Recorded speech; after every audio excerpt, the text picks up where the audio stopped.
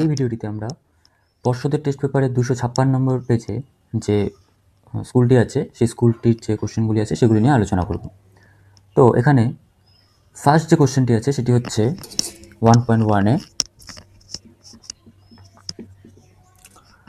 যে van Allen বিকিরণ বলয় কোন স্তরে দেখা যায়। এর উত্তরটি কী হবে? সেটি হবে হলো ম্যাগনেটোস্ফিয়ার। সেকেন্ড যে কোশ্চেন আছে 1.2-তে গ্যাসের অণুগুলির গড় গতিশক্তি নিচের কোনটির সঙ্গে সমানুপাতিক হয়? অপশন আছে আয়তন, পরম উষ্ণতা, উপাদান, সবগুলি। এবার গড় গতিশক্তি কিসের উপর নির্ভর করে? পরম উষ্ণতা, পরম উষ্ণতার উপর নির্ভর করে, অর্থাৎ অপশন হচ্ছে বি। ঠিক আছে, গতিশক্তির যে সূত্রটি হয় গ্যাসের ক্ষেত্রে সেটি হচ্ছে টি ইজ ইকুয়াল টু 3/2 RT। তো এই যে এটা হচ্ছে পরম উষ্ণতা, তো এর উপরেই নির্ভর করে হচ্ছে গড় গতিশক্তি। 1.3-তে আছে হচ্ছে 1.3-তে আছে যে এসটিপিতে 67.2 লিটার অক্সিজেন গ্যাসের মোল সংখ্যা কত? এসটিপিতে আমরা জানি যে এসটিপিতে 22.4 লিটার কোনো গ্যাসের মোল সংখ্যা হয় 1 মোল। এখানে কত দেওয়া আছে? 67.2 লিটার। তাহলে 67.2 লিটার গ্যাসের হবে হচ্ছে 1/22.4 ইন্টু হচ্ছে 67.2। তাহলে এটাকে যদি আমরা কাটাকাটি করি দাঁড়ায় হচ্ছে হলো 3 দিয়ে করলে 3 4 12 2 হাতে রাখ, 3 দুগুণে 6 7, 3 দুগুণে 6 3 মোল। তাহলে উত্তর হবে হচ্ছে হলো 3 মোল। অপশন হচ্ছে সি।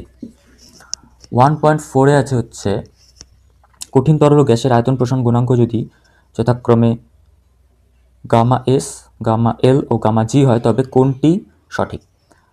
এবার আমরা জানি যে কঠিন পদার্থের আয়তন প্রসারণ সবচেয়ে কম হয়, লিকুইডের তার থেকে একটু বেশি হয়, আর গ্যাসের সবচেয়ে বেশি হয়। তাহলে এক্ষেত্রে কী হবে? গামা এস লেস দেন হচ্ছে গামা এল লেস দেন হচ্ছে গামা জি। 1.5-এ আছে হচ্ছে প্রতিসরাঙ্ক আলোর তরঙ্গ দৈর্ঘ্যের সম্পর্ক প্রকাশকারী সমীকরণটি কি?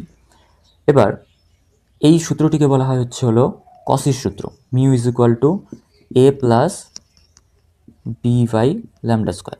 এই যে সূত্রটি অপশন ডিতে আছে টেস্ট পেপারে, এটিকে বলা হচ্ছে কসির সূত্র। আগের যে কোশ্চেনটি ছিল সেটি অপশনটা ছিল হচ্ছে অপশন এ। ঠিক আছে, তারপরে হচ্ছে 10 সেমি ফোকাস দৈর্ঘ্যের উত্তর লেন্স থেকে 20 সেমি দূরত্বে বস্তু রাখলে উৎপন্ন প্রতিবিম্বের রৈখিক বিবর্তন হবে। অর্থাৎ উত্তর লেন্স যার ফোকাস দৈর্ঘ্য হচ্ছে হলো 10 সেমি, এফ হচ্ছে 10 সেমি। তারপরে বলছে যে 20 সেমি দূরত্বে বস্তু রাখলে উৎপন্ন প্রতিবিম্বের রৈখিক বিবর্তন কত হবে? তো আমরা জানি যে 10 সেমি যদি ফোকাস দৈর্ঘ্য হয় আর বস্তুটাকে যদি 20 সেমি দূরে রাখা হয়, তার মানে এই ফোকাস দূরত্বের দ্বিগুণ দূরত্বে বস্তুকে রাখা আছে। এবার উত্তর লেন্সের ক্ষেত্রে কি হয়? যখন দ্বিগুণ দূরত্বে বস্তু থাকে তার যে প্রতিবিম্বটি গঠিত হয় সেটি দ্বিগুণ দূরত্বে, অর্থাৎ এই বক্রতা ব্যাসার্ধেই গঠিত হয় এবং এর যে দৈর্ঘ্য থাকে তা সমানই থাকে, অর্থাৎ প্রতিবিম্বের দৈর্ঘ্য বস্তু দৈর্ঘ্যের সমান হয়। তাহলে সেক্ষেত্রে বিবর্ধন কত হয়? এবার যদি বস্তু দৈর্ঘ্য আর প্রতিবিম্ব দৈর্ঘ্য সমান হয় তাহলে বিবর্ধন দাঁড়াবে হচ্ছে ধরলাম 20 সেমি আর নিচে হচ্ছে 20 সেমি। এদের দৈর্ঘ্য বা এদের দূরত্ব যদি সমানই হয় লেন্স থেকে তাহলে কত হচ্ছে? বিবর্ধন হচ্ছে 1, অর্থাৎ অপশন এ হচ্ছে হলো আমাদের সঠিক উত্তর। কোশ্চেনটির নাম্বার ছিল হচ্ছে 1.6। এবার হচ্ছে 1.7-এ আছে হচ্ছে কোনটি অ-অহমীয় পরিবাহী? তামা, রূপা, জার্মেনিয়াম, অ্যালুমিনিয়াম। এর মধ্যে জার্মেনিয়ামই হচ্ছে একটি অর্ধ পরিবাহী এবং এটি হচ্ছে অ-অহমীয় পরিবাহী, অর্থাৎ অপশন সি। 1.8-এ আছে হচ্ছে কোনো পরিবাহীর মধ্য দিয়ে 2 মিনিটে 12 কুলম্ব আধান প্রবাহিত হলে তড়িৎ প্রবাহ মাত্রা হবে। অর্থাৎ এখানে আমরা ব্যবহার করব হচ্ছে I is equal to Q by T. Q এর পরিমাণ দেওয়া আছে হচ্ছে 12 কুলম্ব আর টি হচ্ছে 2 মিনিট, অর্থাৎ এটাকে সেকেন্ডে নিলে 2 × 60, তাহলে দাঁড়াচ্ছে হচ্ছে 6 আর এখানে হচ্ছে 10, 1/10 তার মানে হচ্ছে 0.1 অ্যাম্পিয়ার। তাহলে অপশন বি হবে হচ্ছে সঠিক। 1.9-এ আছে হচ্ছে A 222 আর হচ্ছে 86 এখান থেকে উৎপন্ন হয়েছে হচ্ছে B84, তার হচ্ছে 210। বলেছে যে কতগুলি আলফা কণা নিশ্চিত হয়েছে। এবার আলফা কণা হচ্ছে, একটি আলফা কণা বের হলে আমাদের পারমাণবিক সংখ্যা কয় একক কমে, তা হচ্ছে 2 একক করে কমে। আর একটি আলফা কণার ফলে ভর সংখ্যা কমে হচ্ছে 4 একক করে। তাহলে এখানে আছে হচ্ছে 10, 4 হচ্ছে 14। কোশ্চেনটায় কিছু তো একটা গন্ডগোল আছে। 222 থেকে 210 যদি আমরা বিয়োগ করি হয় হচ্ছে হলো 2, 12। তাহলে এটা হওয়া উচিত ছিল, এটা এখানে 80 হওয়া উচিত ছিল, কারণ 80 হলে টোটাল 6 একক, মানে 3টি আলফা কণা, তাহলে এখানে 3 4 টোটাল 12 একক কমতো। তাহলে এটা হতে পারতো যে যদি 3টে আলফা কণা বের হয় তাহলেই এটা হবে হচ্ছে B210 আর হচ্ছে 84, এটা হওয়া সম্ভব। তো এখানে এটা হবে 80 হবে, এটা কোশ্চেনটা ভুল দেওয়া আছে, ঠিক আছে। তাহলে ওর উত্তরটা হবে হচ্ছে অপশন সি, 3টি। এই কোশ্চেনটা কিন্তু ভুল দেওয়া আছে, হ্যাঁ, ঠিক আছে। তারপরে হচ্ছে বলছে যে কোথায় বলা হয়, নিচের কোন জোড়াটি সঙ্গতিপূর্ণ নয়। দেওয়া আছে কপার হচ্ছে মুদ্রা ধাতু, আয়োডিন হ্যালোজেন, জেনন হচ্ছে নিষ্ক্রিয় গ্যাস, পটাশিয়াম হচ্ছে ক্ষারীয় মৃত্তিকা ধাতু। থেকে বোঝাই যাচ্ছে যে পটাশিয়াম যেটা থাকে সেটা হচ্ছে আমাদের ক্ষার ধাতু, গ্রুপ 1-এ পড়ে, কিন্তু এখানে দেওয়া আছে পটাশিয়াম ক্ষারীয় মৃত্তিকা ধাতু। তাহলে অপশন ডি হবে হচ্ছে আমাদের ভুল অ্যান্সার, সরি, মানে অপশন ডি হচ্ছে সঠিক অ্যান্সার, আর এই জোড়াটি হচ্ছে সঙ্গতিপূর্ণ নয়, ঠিক আছে। তাহলে 1.10-এর অ্যান্সার হচ্ছে হলো ডি, পটাশিয়াম ক্ষারীয় মৃত্তিকা ধাতু, এটি হচ্ছে সঙ্গতিপূর্ণ নয়। 1.11-এ আছে হচ্ছে এ, বি ও সি 3টি মৌলের পরমাণু ক্রমাঙ্ক যথাক্রমে 7, 9 ও 12, কোন ক্ষেত্রে সমযোজী বন্ধন সৃষ্টি হবে। আচ্ছা, এ দেওয়া আছে হচ্ছে 7, তার মানে 2,5। বি দেওয়া আছে হচ্ছে 9, অর্থাৎ 2,7। আর সি দেওয়া আছে হচ্ছে 12, তার মানে হচ্ছে 2,8,2। তার মানে বোঝাই যাচ্ছে যে সি যেটা, এটা একটা ধাতু, কারণ এর শেষ কক্ষপথে 2টি ইলেকট্রন, তার মানে গ্রুপ 2-র মধ্যে পড়বে। এবার গ্রুপ 2-র মধ্যে যে মৌলগুলো হয় সেগুলি কী হয়, সাধারণত ধাতু, মানে সেগুলি সব ধাতুই হয়। আর বি যে মৌলটা আছে সেটার শেষ কক্ষপথে 7টি, তার মানে ও পড়ছে হচ্ছে গ্রুপ 7টি, তার মানে গ্রুপ 17-এ পড়ছে। আর গ্রুপ এ যে মৌলটি আছে সেটা হচ্ছে গ্রুপ 15-এ পড়ছে। তাহলে আমরা এর থেকে বলতেই পারি যে সমযোজী বন্ধন কার কার মধ্যে হতে পারে, একমাত্র হতে পারে হচ্ছে এ ও বি এর মধ্যে, কারণ সি যেখানে যাবে সেখানে যেহেতু ও ধাতু, ও তড়িৎযোজী বন্ধন সৃষ্টি করার চেষ্টা করবে 2টো ইলেকট্রন দান করে। তার মানে উত্তরটা হবে এ ও বি, অর্থাৎ এ নাম্বার অপশন ঠিক হবে, এ ও বি। এটুকু যদি আমি একটু ভালো মতো চিন্তা করে দেখি, এই যে এ নাম্বার যে যৌগটা আছে 2,5, সেটা আসলে নাইট্রোজেনকে বোঝাচ্ছে না, হ্যাঁ, নাইট্রোজেনকে বোঝাচ্ছে। আর বি যে মৌলটা সেটা আসলে কাকে বোঝাচ্ছে, 9 মানে ফ্লুরিন। তো আমাদের যে যৌগটা হয় সেটা কি হয়, NF3। এবার NF3 যে যৌগটা, এটা কি সমযোজী বন্ধন সৃষ্টি হয়, যেমন এরকম দেখতে হয় যৌগটা, ঠিক আছে। আর নাইট্রোজেনের উপরের ইলেকট্রন জোটটা এরকম দেখতে হয়, ঠিক আছে। 1.18 যেটা আছে সেটা হচ্ছে, সরি 18 তো না, 12। আচ্ছা, হচ্ছে নিম্নলিখিত কোনটির জলীয় দ্রবণে আয়ন ও অণু উভয় উপস্থিত থাকবে। এবার আয়ন ও অণু উভয় উপস্থিত থাকতে পারে একমাত্র মৃদু তড়িৎ বিশ্লেষণের ক্ষেত্রে, কারণ তীব্র তড়িৎ বিশ্লেষণের ক্ষেত্রে তো সেটা সম্পূর্ণই আয়নে পরিণত হয়ে যাবে। তো মৃদু তড়িৎ বিশ্লেষ্য কোনটি এদের মধ্যে, NaCl তীব্র তড়িৎ বিশ্লেষ্য, H2SO4 তীব্র তড়িৎ বিশ্লেষ্য, NaOH এটাও তীব্র তড়িৎ বিশ্লেষ্য, তাহলে NH4OH এটাই একমাত্র, সেটা হচ্ছে মৃদু তড়িৎ বিশ্লেষ্য, ঠিক আছে। তারপরে হচ্ছে হলো তাহলে এটা হচ্ছে অপশন ডি। 1.13-এ যেটা আছে সেটা হচ্ছে কালাজ্বরে ওষুধ তৈরিতে ব্যবহৃত হয়। আমরা জানি কালাজ্বরের যে ওষুধটি সেটি তৈরি করতে ব্যবহার করা হয় ইউরিয়া। এবার অপশনে কি দেওয়া আছে, একটু বুদ্ধি করে দেওয়া আছে যে H2SO4 মানে sulphuric acid, H2S hydrogen sulphide, NH2 তার হোল টু CO, এটাই হচ্ছে আমাদের ইউরিয়া, আর N2 নাইট্রোজেন। তাহলে অপশন সি হচ্ছে ঠিক, সেটা হচ্ছে NH2 হোল টু CO, এটাই হচ্ছে আমাদের ইউরিয়া। হয়ে গেল 1. এটা মনে হয় দেখা যাবে না, এটা আমি একটু মুছে নতুন করে করছি। 1.14 আছে হচ্ছে ম্যাগনেলিয়ামে কোন ধাতুটি উপস্থিত। এবার ম্যাগনেলিয়ামে কি থাকে, আমরা জানি অ্যালুমিনিয়াম থাকে হচ্ছে 95% প্রায়, আর ম্যাগনেসিয়াম থাকে হচ্ছে 5%। তাহলে অপশন থেকে এখানে কি আছে, অ্যালুমিনিয়াম, অর্থাৎ অপশন এ হচ্ছে সঠিক। 1.15 আছে হচ্ছে একই সমগণীয় শ্রেণীর পরপর দুটি সমগণের মধ্যে আণবিক ভরের পার্থক্য। একই সমগণ বলতে কি বোঝায়, যেমন অ্যালকেন, এর আন্ডারে কে কে পড়ে, মিথেন, ইথেন, প্রোপেন, বিউটেন। যদি আমি দেখি অ্যালকোহল, তাহলে কে কে, মিথানল, ইথানল, প্রোপানল, বিউটানল, এগুলো।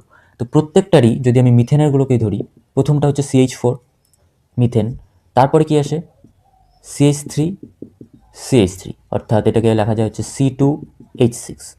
তারপরে কি আসে প্রোপানল, অর্থাৎ CH3CH2CH3। তার মানে সংকেতটা কি C2H33678H8। তাহলে এরকম যদি আমি একটা সমগণ থেকে একটা সমগণে বাড়তে থাকি, কিসের পার্থক্য হয়, শুধুমাত্র CH2 এর পার্থক্য হতে থাকে। এবার CH2 এর পার্থক্য হওয়া মানে কি, CH2 এর পার্থক্য হওয়া মানে হচ্ছে দাঁড়াচ্ছে যে কার্বনের হচ্ছে হলো কত 12, আর হাইড্রোজেন এখানে দুটো আছে, তাহলে 2 × 1 2, তার মানে 12 + 2 হচ্ছে হলো 14। তার মানে অপশন সি হচ্ছে আমাদের সঠিক উত্তর। এবার হচ্ছে 1 নম্বরের কোশ্চেনগুলোর কাছে আসছি। এবার 2.1 নম্বরে আছে হচ্ছে বায়ুমণ্ডলে কোন স্তরের তাপমাত্রা সর্বনিম্ন, সেটা হচ্ছে মেসোস্ফিয়ারে। কারণ মেসোস্ফিয়ারের তাপমাত্রা প্রায় -96 ডিগ্রি সেলসিয়াস পর্যন্ত চলে যায়। ঠিক আছে। 2.2তে আছে বায়োগ্যাস প্ল্যান্টে যে ব্যাকটেরিয়া বায়োগ্যাসকে মিথেনে গ্যাসে পরিণত করে সেটির নাম কি, মিথানোজোয়িক ব্যাকটেরিয়া।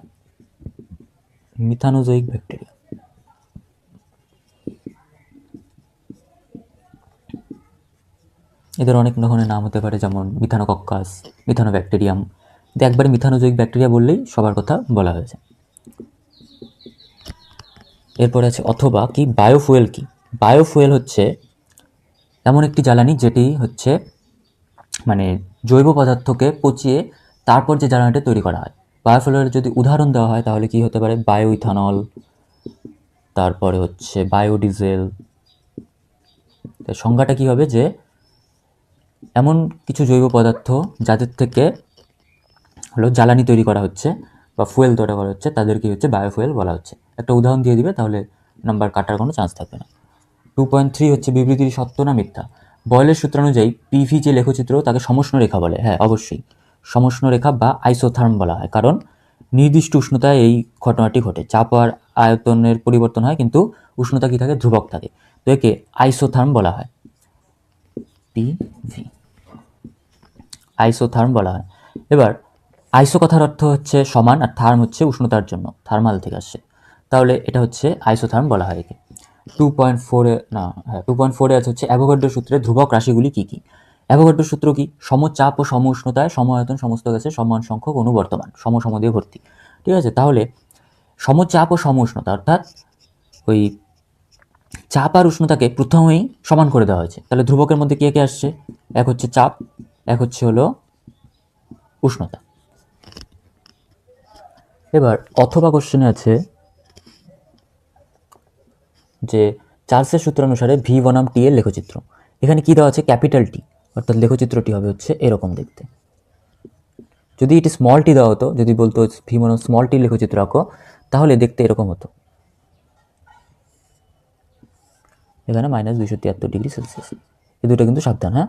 ক্যাপিটাল টি বললে হচ্ছে এই লেখচিত্রটি, আর স্মল টি বললে অর্থাৎ ডিগ্রি সেলসিয়াস স্কেলে বললে এই চিত্রটি দিতে হবে। ঠিক আছে, এটা হচ্ছে পরম স্কেলে, উষ্ণতার পরম স্কেলে, আর এটা হচ্ছে ডিগ্রি সেলসিয়াস স্কেলে। তারপরে আছে হচ্ছে 2.5-এ নগণ্য তাপীয় প্রসারণযুক্ত একটি সংকর ধাতুর উদাহরণ, সেটি কি হবে, ইনভার। এবার ইনভার কি কি দিয়ে তৈরি হয়, ইনভার তৈরি হয় হচ্ছে হলো লোহা ও নিকেল দিয়ে। ঠিক আছে, লোহা থাকে প্রায় 64%-এর মতো, আর নিকেল থাকে 36%-এর মতো। এরপরে হচ্ছে 2.6 নম্বর কোশ্চেন। এটাতে আছে হচ্ছে সুস্থ চোখের ক্ষেত্রে দূরবিন্দু কোথায় অবস্থিত। দূরবিন্দু থাকে হচ্ছে অসীমে।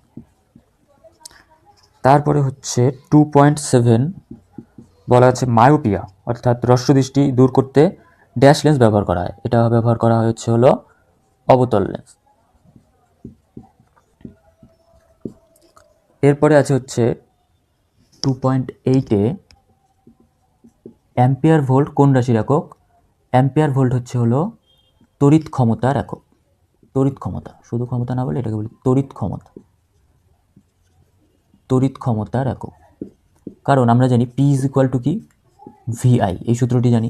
তো এখানে হচ্ছে আই হচ্ছে অ্যাম্পিয়ার আর ভি হচ্ছে ভোল্টের জন্য, তাহলে এটি হচ্ছে তড়িৎ ক্ষমতার একক। 2.9 আছে হচ্ছে বিবৃতিটি সত্য না মিথ্যা লেখো। পরিবর্তী প্রবাহে বায়ু চক্রের ঘূর্ণন দ্রুত ঘটে। এটা মিথ্যাই হবে, কারণ বায়ু চক্র সবসময় ডিসি কারেন্টে চলে। যদি আমরা এখানে ওই পরিবর্তী প্রবাহ দিই তাহলে বায়ু চক্র ঝাঁকানাকা করতে থাকবে। অথবা কোশ্চেনে আছে হচ্ছে গৃহবর্তনীতে তার ও সুইচের সাহায্যে বৈদ্যুতিক যন্ত্রগুলিকে ড্যাশ সমবায়ে যুক্ত করা হয়। কোন সমবায়? অবশ্যই সমান্তরাল সমবায়। গৃহবর্তনীতে যদি শ্রেণী সমবায় ব্যবহার করা হতো তাহলে কি হতো, একটা সুইচ দিতে বাড়ির সব কিছু অন হয়ে যেত, আবার একটা সুইচ বন্ধ করতেই লাইট ফ্যান সব বন্ধ হয়ে যেত। তো কি হতো, যেই একটা সুইচ দিলে লাইট ফ্যান সব জ্বললো, কারেন্টের তারের মধ্যে এত ওভারলোড হতো যে সব আগুন টাগুন ধরে শেষ, পুরো বাড়ি শেষ। তো এর জন্যই হচ্ছে ওই কী বলে সমান্তরাল সমবায়ে সব কিছু যুক্ত করা হয়। কারণ সমান্তরাল সমবায়ে কী হয়, প্রতিটি ওই রোধের জন্য সেম বিভব থাকে, কিন্তু কি তড়িৎ প্রবাহ প্রত্যেকটার মধ্যে দিয়ে আলাদা আলাদা যায়। অর্থাৎ যেটা রোধ কম সেটাতে একটু বেশি তড়িৎ প্রবাহ যাচ্ছে, যেটি রোধ বেশি সেটা দিয়ে কম তড়িৎ প্রবাহ যাচ্ছে। তো সবার জন্য আলাদা আলাদার জন্য সুইচও ব্যবহার করা যায়। ঠিক আছে, তারপরে কোশ্চেন, তেজস্ক্রিয় আয়োডিন কোন রোগের চিকিৎসায় ব্যবহার করা হয়? এটি হচ্ছে থাইরয়েড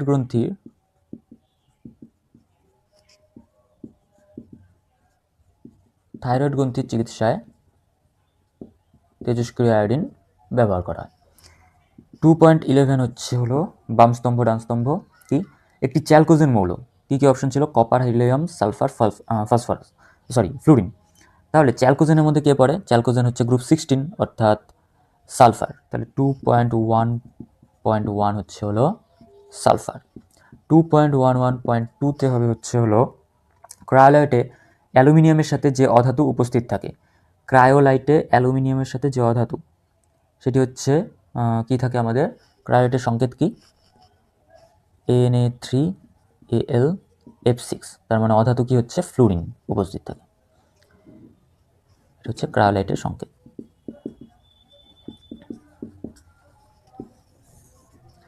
তারপরে আছে হচ্ছে অতিরস্য পর্যায়ে উপস্থিত মৌল। অতিরস্য পর্যায়ে উপস্থিতকে, অতিরস্য পর্যায়ে অর্থাৎ প্রথম পর্যায়ে হাইড্রোজেন আর হিলিয়াম, তো এখানে হিলিয়াম দেওয়া আছে। তারপর আছে ম্যালাকাইট যে ধাতুর আকরিক, সেটি হচ্ছে কিসের? কপারের। 2.11.3 সেটি হচ্ছে কপারের আকরিক। 2.12 আছে হচ্ছে একটি ধ্রুবীয় দ্রাবক, সবচেয়ে ভালো দ্রাবক আমাদের জল, H2। ধ্রুবীয় কেন বলা হয়? কারণ ও হচ্ছে খুব তড়িৎ ঋণাত্মক, আর হাইড্রোজেনগুলি কি তড়িৎ ধনাত্মক, মানে তড়িৎ ঋণাত্মকতা কম। তো তাই কি হয়, এই ইলেকট্রনগুলিকে বেশি টানে হচ্ছে অক্সিজেন, তো তার উপরে ডেল্টা নেগেটিভ চলে আসে, আর এই হাইড্রোজেনগুলোর উপরে ডেল্টা পজিটিভ চলে আসে। তো এইভাবে এটি ধ্রুবীয় অণুতে পরিণত হয়ে যায়। 2.13 তড়িৎ বিশ্লেষ্য পদার্থের মধ্যে দিয়ে মুক্ত ইলেকট্রন তড়িৎ পরিবহন করে, সত্য মিথ্যা? না, কোনোভাবেই মুক্ত ইলেকট্রন না। মুক্ত ইলেকট্রন কার মধ্যে করে? ধাতুর মধ্যে দিয়ে। এটার মধ্যে কে করে? আয়ন। তড়িৎ বিশ্লেষ্য পদার্থের মধ্যে দিয়ে করে হচ্ছে আয়ন। অথবা কোশ্চেন আছে হচ্ছে অ্যানোডে বিজারণ ঘটে না, ক্যাথোডে বিজারণ ঘটে। তো এটা হচ্ছে মিথ্যা, আগেরটাও ছিল হচ্ছে মিথ্যা। কার মধ্যে ঘটে? ক্যাথোডে বিজারণ ঘটে। আর অ্যানোডে কি ঘটে? জারণ ঘটে। 2.14 আছে যে কোনো সক্রিয় ধাতুর উপর রূপোর আস্তরণ দেওয়ার জন্য কোন তড়িৎ বিশ্লেষ্য ব্যবহার করা হবে? কি করা হবে? অবশ্যই পটাশিয়াম আর্জেন্টোসায়ানাইড। রূপা আর সোনা থাকলে সবসময় এটাই মনে রাখবে, সোনা থাকলে পটাশিয়াম অরোসায়ানাইড, আর রূপা থাকলে পটাশিয়াম আর্জেন্টোসায়ানাইড। পটাশিয়াম আর্জেন্টোসায়ানাইড, সংকেত হচ্ছে KAgCN তার হোল 2। এটি একটি জটিল যৌগ। 2.15 আছে হচ্ছে অ্যামোনিয়া গ্যাস জারক নাকি বিজারক? তো অ্যামোনিয়া গ্যাস কি হয়? এটি খুব ভালো একটি বিজারক পদার্থ হয়। এর উদাহরণস্বরূপ যদি দেখে নিতে, এটা হবে কি উত্তর? বিজারক। তো এর যদি এটা মানে 2 নম্বরের কোশ্চেনে আসে, 2 নম্বরের মার্কসের কোশ্চেনে আসে, তাহলে এরকম একটা উদাহরণ দিয়ে দিবে, 3CuO প্লাস 2NH3, এখান থেকে উৎপন্ন হচ্ছে হলো N2 প্লাস হচ্ছে 3Cu প্লাস হচ্ছে হলো 3H2। এবার এখানে কি ঘটলো, অ্যামোনিয়া গ্যাস কী করলো, কপার অক্সাইডকে কপারে পরিণত করলো। তাহলে এই ঘটনাটা কী হয়ে গেল, বিজারণ। কারণ কারোর ইয়ের থেকে যদি অক্সিজেন বের হয়ে যায় তাহলে আমরা জানি কি সেটা বিজারণ হয়। আরেকভাবেও জানতে পারি আমরা কীভাবে, যে এই কপার অক্সাইডে কপারের জারণ স্তর থাকে হচ্ছে +2, এখানে থাকে হচ্ছে +2, আর সেখান থেকে কপারে গিয়ে জারণ স্তর হয়ে যায় 0। তাহলে জারণ সংখ্যা যখন +2 থেকে 0 হবে, অর্থাৎ ওইখানে কি হচ্ছে, ইলেকট্রন কপার +2+ থেকে এর সাথে ইলেকট্রন যুক্ত হচ্ছে, দুটি ইলেকট্রন যুক্ত হচ্ছে, তার ফলে কপার উৎপন্ন হচ্ছে। এবার এটা কি একটা বিজারণ বিক্রিয়া, তার মানে এই বিক্রিয়াটাও বিজারণী হবে। ঠিক আছে, যেহেতু বড় হয়েছে এখন আর অক্সিজেন দিয়ে শেখার দরকার নেই, এখন ইলেকট্রন দিয়ে বুঝবে। ঠিক আছে, আর অ্যামোনিয়া হচ্ছে নিজে কি হয়, N2-তে এখানে হচ্ছে জারিত হয়, অর্থাৎ এখানে জারণ ঘটে। তাহলে কি অ্যামোনিয়া হচ্ছে খুব ভালো একটি বিজারক পদার্থ। ইলেকট্রনটা কে দেয়, অ্যামোনিয়ার মাথার উপরে কিন্তু দুটি ইলেকট্রন, নিষ্ক্রিয় ইলেকট্রন জোট আছে। এই ইলেকট্রনটাই সাহায্য করে কপার অক্সাইডকে বিজারণ হয়ে কপারে পরিণত হতে। ঠিক আছে, বোঝা গেল। তারপরে 2.16 নম্বরে আছে হচ্ছে যে N2 এর রাসায়নিক নিষ্ক্রিয়তার কারণ কি। এবার N2 কিভাবে যুক্ত থাকে, 3টে বন্ড দ্বারা যুক্ত থাকে নিজেদের মধ্যে।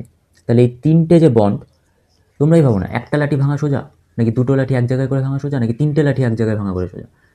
অবশ্যই একটা লাঠি যত তাড়াতাড়ি ভাঙা যায়, 3টে লাঠি ভাঙতে বেশি শক্তির দরকার পড়ে।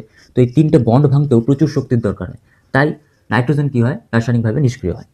তাহলে এটা লেখার সময় এইভাবে লিখবে যে N2 এর মধ্যে ট্রিপল বন্ড থাকার কারণে বা ত্রিবন্ধন থাকা, সমযোজী ত্রিবন্ধন থাকার কারণে এই বন্ধন ভাঙতে প্রচুর শক্তির দরকার হয়। তাই N2 কী দেখায়, রাসায়নিকভাবে নিষ্ক্রিয়তা দেখায়। এবার বলছে অথবা কোশ্চেনে যে ম্যাগনেসিয়াম নাইট্রাইট তৈরি হয় কিভাবে। ম্যাগনেসিয়াম নাইট্রেট তৈরি হয় Mg প্লাস এর সঙ্গে যদি নাইট্রোজেন গ্যাসের বিক্রিয়া করা হয়। প্রচুর তাপ দিতে হয়, কারণ কি, বোঝাই যাচ্ছে নাইট্রোজেনের রাসায়নিক নিষ্ক্রিয়তা। এবার তার ফলে প্রচুর তাপের দরকার পড়ে।